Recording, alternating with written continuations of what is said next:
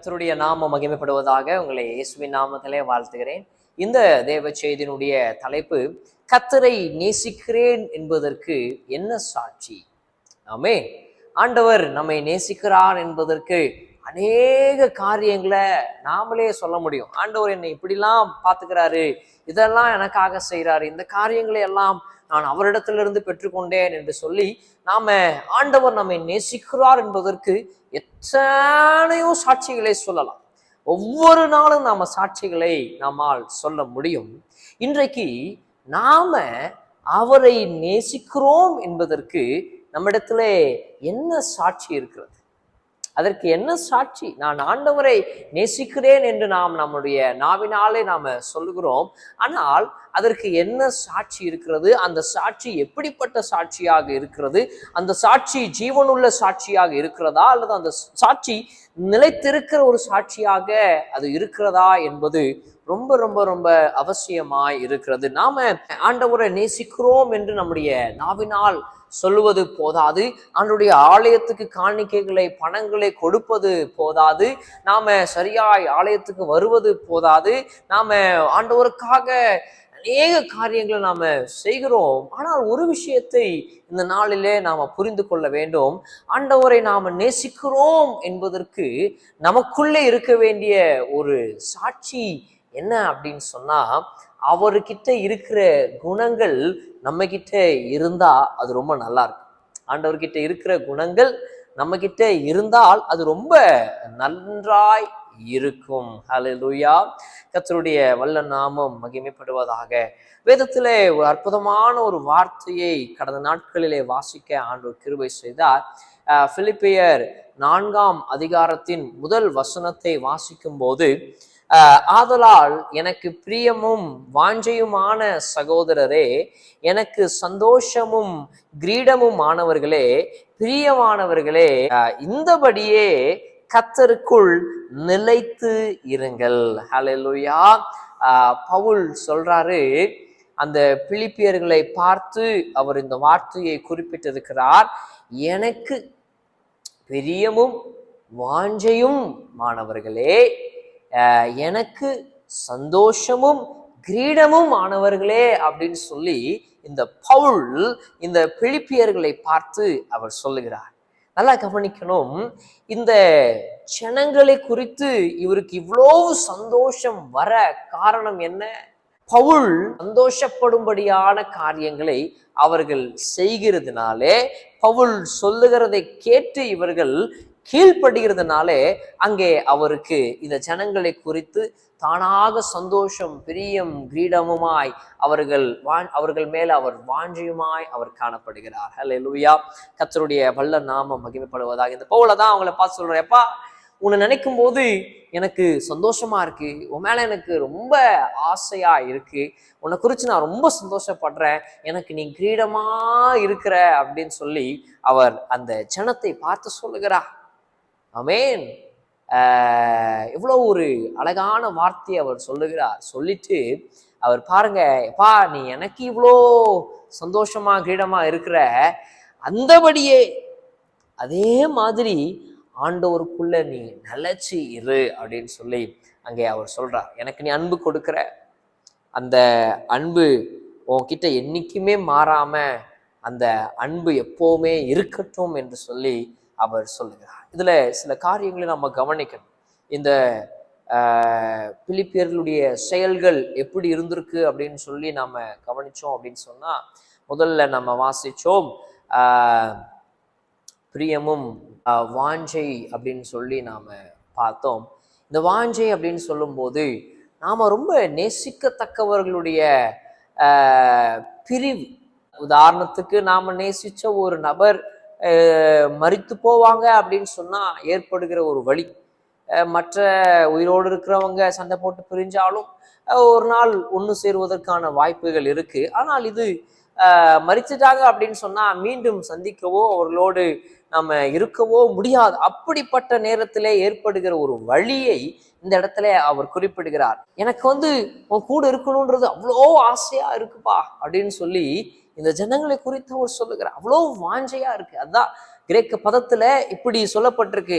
ஒரு மனுஷன், நேசிக்கத்தக்க ஒரு மனுஷனுடைய பிரிவு எப்படி ஒரு ஆழமான வழியை ஏற்படுத்துகிறதோ அப்படின்றதுதான் இந்த கிரேக்க பதத்துல இந்த வாஞ்சை அப்படின்ற வார்த்தைக்கு அங்கே கொடுக்கப்பட்டிருக்கு. அந்த அளவுக்கு இந்த பிலிப்பியர்கள் பவுல் மேல அன்பை அவர்கள் வெளிப்படுத்தி இருக்கிறார்கள். அவர்களுடைய செயல்கள் அன்பை வெளிப்படுத்தி இருக்கிறது. நாங்க உங்களை நேசிக்கிறோம் அப்படின்றத அங்கே அவர்கள் வெளிப்படுத்தி இருக்கிறார்கள். அடுத்த வார்த்தையை கவனிச்சோம் அப்படின்னு சொன்னா, எனக்கு சந்தோஷமும் கிரீடமுமா நீங்க இருக்கிறீங்கப்பா.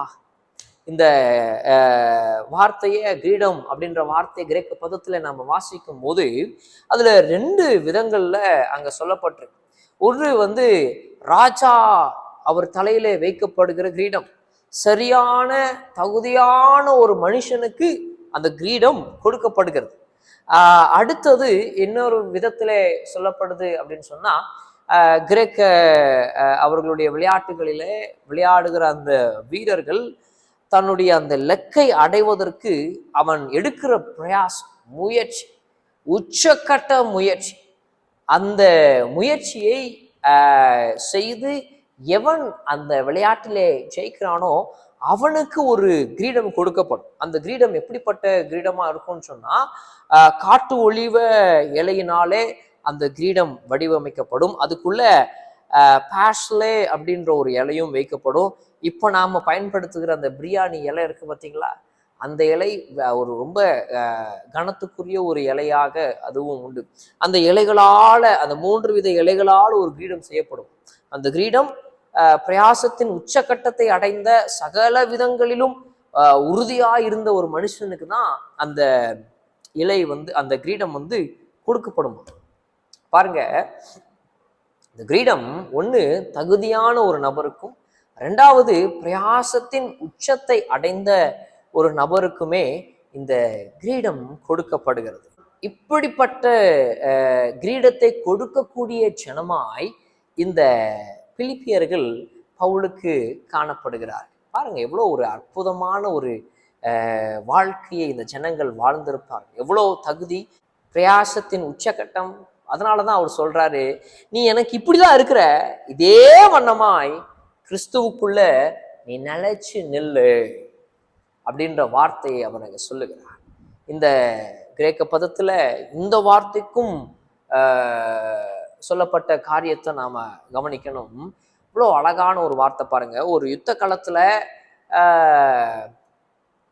முன்னாடி நிப்பாட்டப்படுகிற அந்த சிப்பாய் மிக கவனமான ஒரு மனுஷனா இருப்பாப்ல. தன்னை தாண்டி எந்த ஒரு பகைஞனும் போய்விடக்கூடாது என்பதுல அவர்கள் மிகுந்த கவனத்தோடு கூட இருப்பார்கள், மிகுந்த ஜாக்கிரதையோடு கூட இருப்பார்கள். அவர்களுடைய உறுதித்தன்மைக்கு அளவே இருக்காது. அவர்கள் அவ்வளவு கவனமா இருப்பாங்க. ஒருத்தர் கூட, ஒரு பகைஞன் கூட என்னை தாண்டி போய்விடக்கூடாது என்பதுல அவர்கள் அவ்வளவு உறுதியாய் நிற்பார்களாம். அந்த ஒரு உறுதியை இந்த இடத்துல நமக்கு சொல்லப்பட்டு இருக்கிறது. அந்த மாதிரி ஒரு உறுதியோடு நாம கர்த்தருக்குள் நிலைத்திருக்க வேண்டும். ஹல்லேலூயா. அப்படி நிலைத்திருக்கும் போதுதான் நாம ஆண்டவரிடத்துல அன்பா இருக்கிறோம் என்பதற்கு சாட்சிகள் வெளிப்படும். ஆமென். ஆண்டவராகிய இயேசு கிறிஸ்துவுக்குள்ள இருந்த ஒரு நல்ல குணத்தை இன்றைக்கு நாம கற்றுக்கொள்ளணுங்க. அது நமக்கு ரொம்ப ஆசீர்வாதமாக இருக்கும். நிச்சயமா அநேகர் அதுல பிரயோஜனம் அடைய முடியும். நல்லா கவனிக்கணும். இன்னைக்கு நம்ம எல்லாருமே ஆண்டவரை நேசிக்கணும். நீங்களாம் நேசிக்கல அப்படின்றத நான் இங்க சொல்ல வரல. அநேக காரியங்களை உங்களால சொல்ல முடியும். நீங்க ஆண்டவரை நினைக்கிறீங்க, நேசிக்கிறீங்க அப்படின்றதற்கு அநேக விஷயங்களை சொல்ல முடியும். அதுல நாம எப்படி தவறுகிறோம் அப்படின்னு சொன்னா, நாம மறந்து போய் விடுகிறோம். ஆண்டவர் அப்படின்றத நாம மறக்கிறதுனாலதான் அநேக பிரச்சனைகளை நாம சந்திக்கிறோம். ஆண்டவரை நான் நேசிக்கிறது இல்லைன்னு நீங்க நேசிக்கிறது இல்லைன்னு நான் சொல்ல வரல. நேசிக்க வேண்டிய இடங்களில நாம அவரை நேசிக்காமல் மறந்து போய் விடுகிறோம். நம்முடைய அந்த துக்கங்களை மனதிலே வைத்து ஆண்டவரை மறந்து விடுகிறோம். சோதனைகளை மனதிலே வைத்து ஆண்டவரை மறந்து விடுகிறோம். தேவையில்லாத வார்த்தைகளை மனதிலே வைத்துக்கொண்டு ஆண்டவரை மறந்து விடுகிறோம். அதுதான் பிரச்சனை. நாம மறக்கிறோம். அதுதான் நமக்கு பிரச்சனையாய் முடிகிறது. ஒரு பையன் நல்லா நைட்டு ஃபுல்லா படிச்சு வாரம் மாசம் நல்லா படிச்சுட்டு எக்ஸாம்ல போய் மறந்துட்டான் அப்படின்னு சொன்னா அவனுக்கு எக்காரணம் கொண்டு மார்க் கொடுக்க மாட்டாங்க. அவன் நல்லா படிக்கிறான், அது டீச்சருக்கே தெரிஞ்சிருந்தாலும் அவன் அந்த இடத்துல தேர்வுல சரியா எழுதலைன்னா அவங்க மார்க்கை கொடுக்க மாட்டாங்க. இன்னைக்கு நம்ம வாழ்க்கையில அதுதான் பிரச்சனை.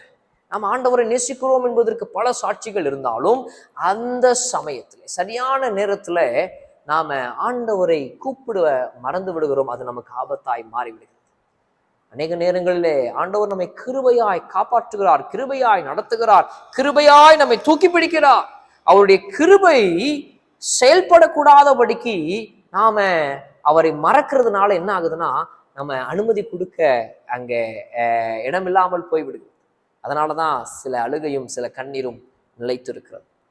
இன்றைக்கு ஒரு விஷயத்தை நம்ம வாழ்க்கையில சேர்த்துக்கொள்ள வேண்டியது, அநேக விதங்களில் ஆண்டவரை நேசிக்கிறது உண்டு. அதோடு கூட சேர்த்துக்கொள்ள வேண்டிய ஒரு குணம், அவருக்குள்ள இருந்த ஒரு குணத்தை நமக்குள்ளேயும் வளர்ப்போம் என்று சொன்னால் அது ரொம்ப அவருக்கு சந்தோஷமா இருக்கும். அவரை நேசிக்கிறோம் என்பதற்கு இது ஒரு சாட்சியாக காணப்படும். பாருங்க, வேதத்துல நம்ம பார்க்க முடியும், ஆண்டவராகிய இயேசு கிறிஸ்து அவர் குறை சொல்ல மாட்டார். ஒருபோதும் அவர் யாரையும் டிஸ்கரேஜ் பண்ணதே கிடையாது. யாராவது ஒருத்தவங்க அடுத்தவங்களை போய் குறை சொன்னாலும் ஆண்டவர் அவங்க மேல கோவப்படுவாரே ஒழிய அப்படியா அப்படின்னு சொல்லி மேலும் அந்த குறிப்பிட்ட நபரை அவர் தாக்க மாட்டார். நல்லா கவனிக்கணும், ஆண்டவர் ஒருபோதும் ஒரு மனுஷனையும் குறை சொன்னதில்லை. ஆனா ஆண்டவர் அந்த மனிதனை கண்டித்து உணர்த்துவார். டேய், நீ பண்ணாத, நீ இதை செய்யாத, இது உன்னை தள்ளும், இது உன்னை அழிக்கும் அப்படின்னு தான் ஆண்டவர் சொல்லுவாரே ஒழிய ஒருபோதும் அவர் குறை சொல்லவே மாட்டார். நீங்க நல்லா கவனிக்கணும், அவர் ஏன் கண்டிச்சு உணர்த்துறாருன்னு சொன்னா, முதல் விஷயம் அவன் பரலோகம் வந்து சேர வேண்டும்.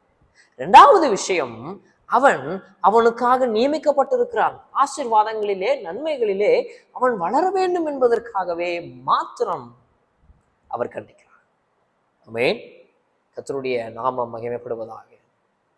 ஆண்டவர் அதனாலதான் கண்டிக்கிறாரே ஒழிய ஒருபோதும் அவர் குறை சொல்லுகிறது இல்லை. இன்னைக்கு உங்க முன்னாடி யாரையாவது நீங்க குறைப்படுத்த வேண்டிய ஒரு நிலைமை வருதுன்னு சொன்னா அந்த இடத்துல அவர்களை நீங்க குறை சொல்லாம அதே நபர்கள் மேல உண்மையான அன்பை கொண்டு நீங்க கண்டிச்சு பாருங்க. இதை இப்படி பண்ணாத, இப்படி செய்யாத அப்படின்னு சொல்லி பாருங்க. உங்கள்கிட்ட உண்மையான அன்பு இருக்கும்னு சொன்னா அந்த நபர் அதை ஏற்றுக்கொள்வார்கள். அதை ஏற்றுக்கொண்டு அவர்கள் வாழ்க்கையை சரி செய்து கொள்வார்கள். அவர்கள் உங்கள் நிமித்தமாய் பிரயோஜனம் அடைவார்கள். அங்க இன்னொரு விஷயமும் நடக்குது.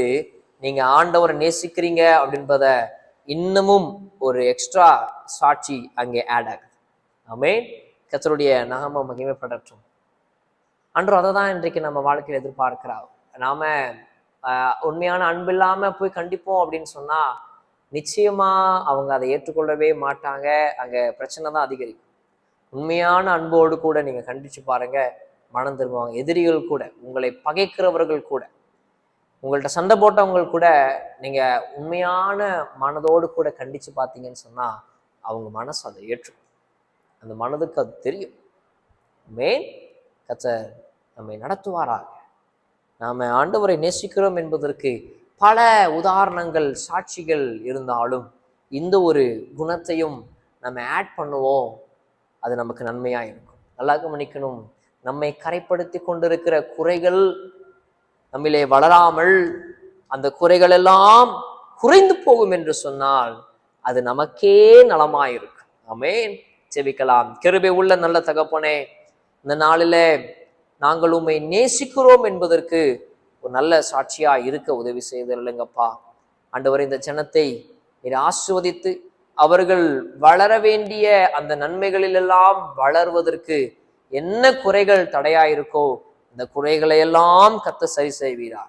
நடத்துங்க இயேசுவின் நாமத்தில் பிதாவே. ஆமென், ஆமென். கர்த்தர் தாமே நம்மை ஆசீர்வதித்து நடத்துவாராக. Praise the Lord.